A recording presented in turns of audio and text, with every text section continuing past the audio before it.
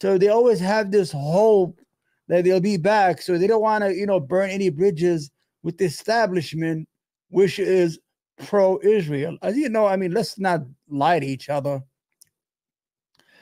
Most of the media in the United States is fucking pro-Israel. Most of the journalists are fucking American Jews, young suburban Jews who went to school, became journalists. Everybody say, "Oh, of course they're going to be biased." I'll be biased. All right, let's see what he's got to say. Let's watch his show and let's go. Let's go to the videotape. In a moment, we'll debate all this with an all-star panel. But first, joining me now is pro-Palestinian activist Nadeem Kizwani, who organised protests outside Columbia and City University in New York last night. Okay, Nadeem, welcome back to Uncensored. You were there last night. There's a current ban on you and others from Columbia, dated from last week, saying that you are considered persona non grata on all Columbia University-owned property due to alarming and concerning behaviour. So why were you back there? She was not there. I wasn't inside the gates of Columbia. I was outside of Columbia. And, I'm able to protest outside of Columbia in support of the students as a New Yorker, just like New Yorkers have been consistently showing outside of the gates of Columbia in support of the students, even before they launched the Gaza Solidarity encampment. My organization, within our lifetime, mobilized in support of Columbia students from Jewish Voice for Peace and from Students for Justice in Palestine, who were both suspended months ago. And, we're just continuing that tradition, that support from the community to the students. So we had a protest that started at NYU, went to the New School, made a stop at FIT, the Fashion Institute of Technology. We made our way over to Columbia by train and then ended at CUNY. So just showing solidarity to all of the encampments. But it's not quite as straightforward as just showing solidarity. Mobs inside and outside the campus have been chanting. Okay, you see how he's describing the student as a mob. You see, you have to listen to the language that Piers Morgan used when he describes the students who are protesting or Palestinians. He uses a derogatory word as mob. He just called them a mob right away. They're not a mob. They were just sitting there. They didn't do nothing. Okay, go ahead. He already called them a mob. Intifada. And anyone who knows the history of the conflict between Palestine and Israel knows what intifada means. It means a violent uprising. Now, if anybody's listening, intifada means to struggle, to fight back, to explode like the whole society explodes into protest, demonstration. The Jewish ghetto uprising is called intifada. When you read when you read in the museum, the Museum of the Holocaust, in Arabic, they use the word intifada to describe the Polish ghetto uprising. But the whole idea that Western media looks for words to demonize you.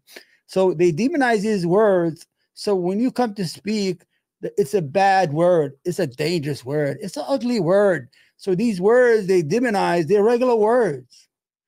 You understand? I'm going to show you later on in another video about the word intifada. It was Morgan when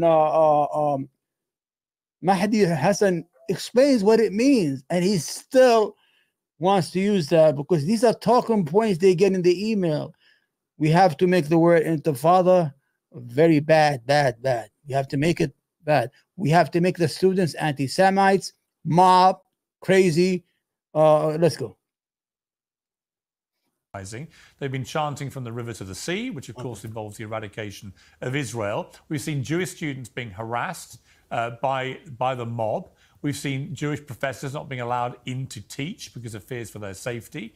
We've seen others being held in effective captivity following the violent breaking in of an historic building. Okay. You see how he's a fucking piece of shit, how he's lying? First of all, no professors were in captivity. First of all, no professors were not allowed because they're outside. They're in the park. How they not allow people to go into a building? I'm from New York City. I know where the university is. It's on 116th Street. You take the one train right to there. I've been there all my life. I have drove from there. So the whole idea is, you see how he's describing the student as some fucking as terrorists. they harass Jewish students. Actually, the Jewish students were harassing them.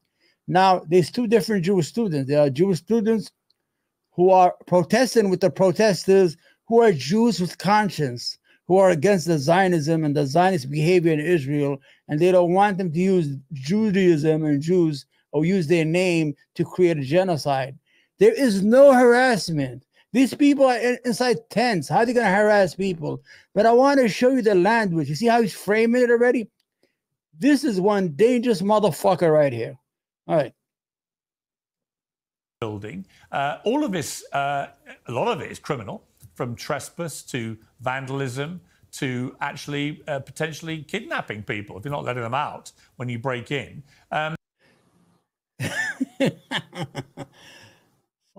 Nobody got kidnapped. Nobody got who kidnapped who? Why you people lie? Why does the media always lie? Why? What the fuck? You afraid of the fucking Israeli lobby? What they gonna do? Let us know. Maybe I could get scared. Holy shit! You're like, well, you know. How do you? So no kidnappings have happened. Well, hang on. I'm just saying it potentially could be. Oh, it's potentially could be. You see, now he changed it.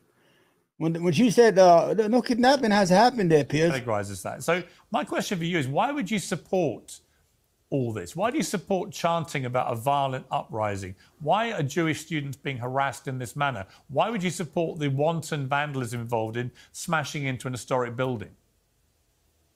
So I'm going to try to answer this in the order of everything you said. First of all, intifada means shaking off in Arabic or uprising. It's not just used in the Palestinian context, but against people fighting against oppression everywhere. And the City University of New York, where I was a student in undergrad and for law school, actually investigated SJP for the use of the word intifada in previous years. They released a report in 2016 that is public right now. You can find it online that clarifies that intifada is not an anti-Semitic There have been two intifadas. Hang on, there have been two intifadas. The first and second intifada in the conflict. In the last 30 years, there have been these two infamous intifadas, which led to the deaths of many. They're not infamous. If an uprising for self-determination and to liberate your land from occupation, it's like a religion. You have to do it. It's an obligation for you to do it. We did it to the British, right? Our revolution was must have been nasty. Many people on both sides. Both were violent uprisings. So when people chant about, when you have a pro-Palestinian group, it started as boycotts. Hang on. It started as strikes. Are you going to let me respond? Yeah, I'm going to clarify. Made a lot of accusations. Well, and I'm going to try to respond to all of them in order. Okay. Well, are you so not going back and forth. Are you going to try and deny that either intifada was violent? I believe that the Israeli colonizers, the Zionists, made it violent by attacking peaceful protests, just like we saw the NYPD attack protesters at CUNY and at Columbia that made the situation that wasn't previously violent. And all the acts of terrorism perpetrated by pro-Palestinians against Israelis during the two intifadas, what do you think of those? I'm not here to debate the first and second intifada with you. I've told you the definition of the word. You can that leave is it at why that when people, when pro-Palestinian, you're being disingenuous. When pro-Palestinian groups outside of New York University chant about intifada, they.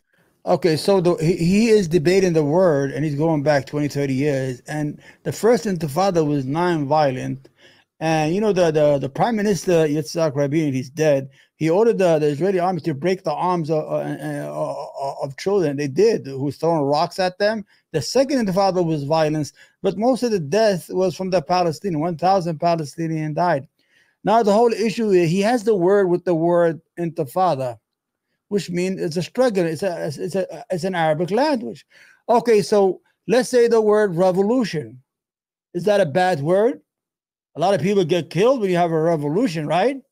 So let's say when somebody in corporate America say, well, AI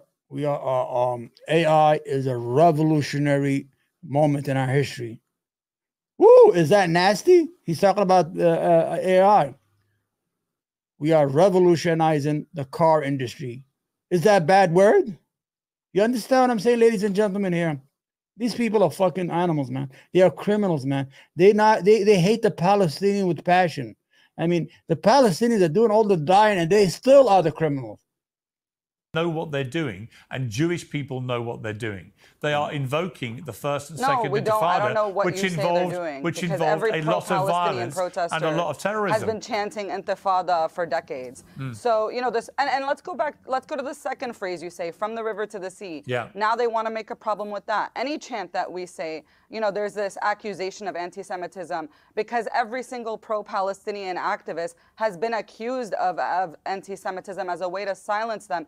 Even though, just, you know, you mentioned Jewish students before, so many of these Jewish students are standing with us, are with the protests inside and outside. Yeah, and many are they not, and many are being harassed. Like I said, Jewish Voice for Peace was suspended by Colombia. Many Jewish students are not, and they're being harassed, and we're seeing the videos of them being harassed. They're being threatened, they're being banned from going in, banned from going in to be taught. They've been banned. Well, fine, but you're not in Gaza doing this. You're doing it in the middle of New York.